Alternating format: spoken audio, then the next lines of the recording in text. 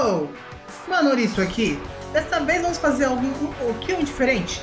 Como o próximo vídeo que eu pretendo fazer vai demorar um bocado, resolvi tentar fazer algo um pouco mais simples e que não dependa de uma edição muito elaborada. Eu irei fazer tier list. Sim, um conteúdo super, hiper, mega original, eu sei. Mas eu resolvi fazer algo um pouquinho diferente, fazer uma tier list dos álbuns do Linkin Park. Porque exatamente é a minha banda favorita, vou ser sincero. E eu ouvi praticamente toda a discografia, apesar de que nessa tier list aqui tem alguns álbuns bem nada a ver. Mas antes eu quero avisar uma coisa. Esta é a minha opinião do exato momento em que eu estou gravando a tela. Não é a opinião absoluta e daqui a alguns meses alguma coisa pode mudar, pois acontece. E se você discorda de alguma coisa minha aqui, por favor, discorde educadamente, porque eu não quero perder meu tempo discutindo com gente aleatória porque eu fiz um comentário negativo sobre algo que elas gostam. Sejamos civilizados.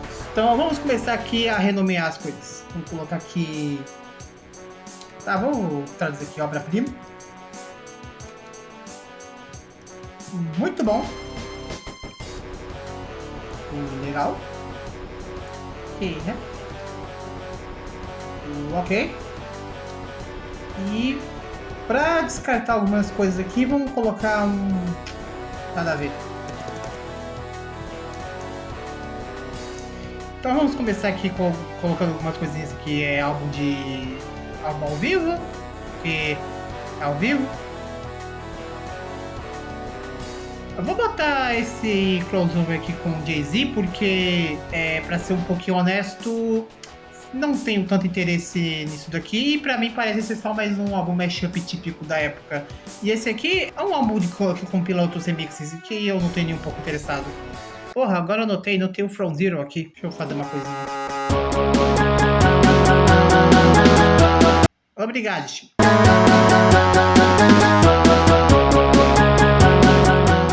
Beleza, acho que tá tudo pronto aqui. Vamos começar. Hybrid Theory, o primeiro álbum. Eu vou deixar no muito bom. Ele é um álbum que tem toda a base do que a banda iria se tornar futuramente. Toda essa mistura de elementos eletrônicos com rap e rock. Que, se você for comparar ela com outras bandas de new metal ou coisa do gênero, você vê que eles têm um diferencial. Eles conseguem mesclar tudo e fazer tudo ser mais popularesco, digamos assim. Então, acho que é justo colocar aqui. É um bom álbum, não tenho muito o que comentar. A não ser dizer que é muito bom. Vamos trapacear um pouquinho. Reanimation.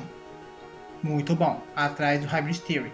Pra quem não manja, o Reanimation, ele é um álbum de remix que remixa as músicas do Hybrid Theory. Aí você pensa, por que eu resolvi colocar este álbum aqui e não o álbum do Jay-Z ou esse outro álbum aqui embaixo? Por um motivo bem simples. As músicas mudam de forma radical. Eles não são, como é que fala, um tipo de álbum que compila remixes de outros artistas. E tem até mesmo letras originais desse álbum aqui, o que é bem impressionante. Não, eu vou ser honesto. E é um álbum que tem até músicas que na minha opinião, são melhores que algumas músicas do Hybrid Theory. Por exemplo, a versão do Reanimation é um xodó da My December. Não que eu não gosto da versão do Hybrid Theory, mas Reanimation é melhor, na minha honesta opinião. Como um álbum, já que ele é um remix, eu não acho que seria honesto colocar ele em uma posição maior. Vamos para o Meteora, obra-prima, sem mais nem menos. Pra mim, o Meteora e o Hybrid Theory são pau a pau, porque ambos são álbuns muito bons, ambos são álbuns excelentíssimos, mas o motivo de eu ter colocado ele aqui no obra-prima é por causa do Break the Habit. Quando eu ouvi essa música, eu fiquei fissurada nela por semanas, se vacilar meses. Fiquei fissurado tanto na música. O clipe animado muito da hora. Eu lembro que quando eu descobri o making of desse clipe, eu fiquei vendo ele várias vezes. Eu até tinha mandado a música pra uma amiga minha, e essa amiga minha passou pelos mesmos sintomas que eu, de ter gostado muito da música a esse ponto. E a gente até viu o making of juntos, então é um álbum bacana. Pera aí, tem um EP do Hybrid Theory aqui. Caramba, nem sei porque deveria estar aqui. Não vou colocar nada a ver. Foi mal. Minutes to Midnight. Ele é legal. Como que eu vou dizer isso aqui sem ofender o pessoal? Pô, as músicas do Minutes to Midnight são incríveis. Giving Up é um bom começo. What I've Done é um clássico praticamente. Bleeding Out. Ou seja, tem muita música boa, mas como um álbum, ele é muito bagunçado. Como é que eu explico isso aqui? Parece mais uma playlist de músicas da época do que necessariamente um álbum próprio de uma banda. E eu entendo o porquê. Eles basicamente queriam fazer vários estilos diferentes. E é compreensível. A Thousand Suns. Obra-prima. Eu não sei qual posição eu coloco. Se eu coloco na frente do Meteora, se eu coloco atrás do Meteora. Eu vou deixar atrás por precaução. Esse é um álbum de conceito com temática de guerra. Ou você ouvindo isso deve pensar: caramba, deve ser um álbum chato então. E aí que tá. Ele não é. É um bom álbum de música eletrônica. Ele tem elementos de rock aqui e ali, mas no geral é um álbum de música eletrônica. E tem pedrada atrás de pedrada aqui. Inclusive um vídeo que eu fiz um tempão atrás, eu citei sobre uma curiosidade envolvendo esse álbum e uma figure de Gundam que fizeram em homenagem ao 1006. Uma obra-prima, não tem o que comentar. Living Things. Ele é legal. Ele é um álbum interessante que eles resolveram meter o pé fundo na música eletrônica. E ficou bom? Com certeza. E tem muita música da hora aqui. Tanto que eu vou contar uma curiosidade engraçada. Eu acabei conhecendo a Road and Travel de uma maneira bem engraçada. Eu ouvi essa música no filme do Need for Speed passando na Globo. Alguém lembra desse troço? Porque eu lembro, e é um filme bem meia boca. Em geral, é um bom álbum de música eletrônica. Ele é bem divertido, ele é bem legal. E combinou bastante com a banda, na minha opinião. Apesar de ter gente que acha meio chato porque, meu Deus, não é new metal. Olha, a gente pode escutar mais de um tipo de música ao mesmo tempo, você sabia? The Hunting Party.